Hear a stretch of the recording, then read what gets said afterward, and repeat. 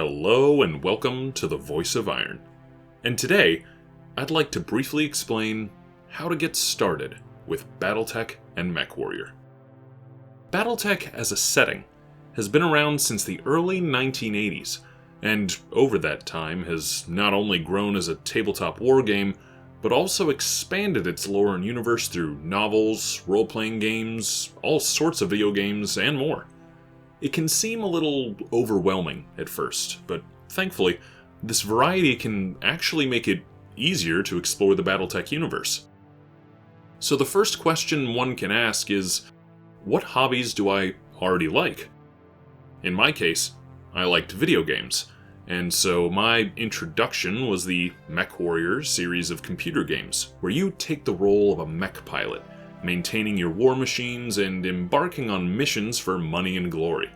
But if you prefer more strategy-based video games rather than a first-person or simulator experience, check out the new Battletech video game, or the older Mech Commander games, all of which are part of this universe.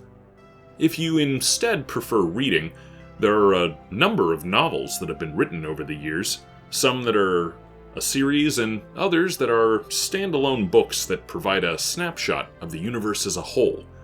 For someone who wants just a taste of Battletech reading, I may recommend the book Battletech: The Core, an anthology book that contains numerous short stories from across the Battletech timeline that allow you to get a feel for what you like.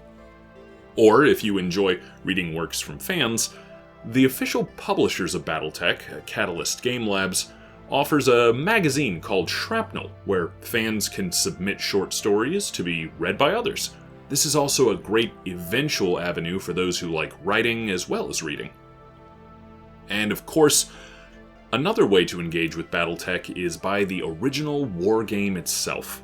It's still fully supported today as Battletech, a game of armored combat, with rules very similar to its original debut, and community tools such as the free program MegaMech for the computer, allowing you to play virtual tabletop matches with friends, others across the world, or even the computer itself, just to explore the rules.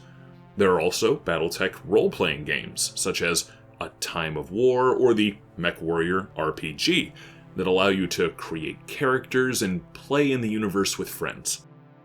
Tabletop also has the added benefit of containing another hobby within it, model building and painting. These models aren't mandatory for any game, so those who may feel intimidated need not worry, and if you still want models, many are sold pre-built and some these days even pre-painted. But for those who want to paint them and customize their mechs themselves, there is plenty of opportunity to do so. As you can see, there are many different ways to get into Battletech, all depending on what you personally like and enjoy. From video games, to reading and writing, to tabletop wargames and RPGs, to model making. Pick the avenue that's right for you, and most of all, have fun. That's my advice on how to get into Battletech. I hope that explains it, and thank you for listening to my voice.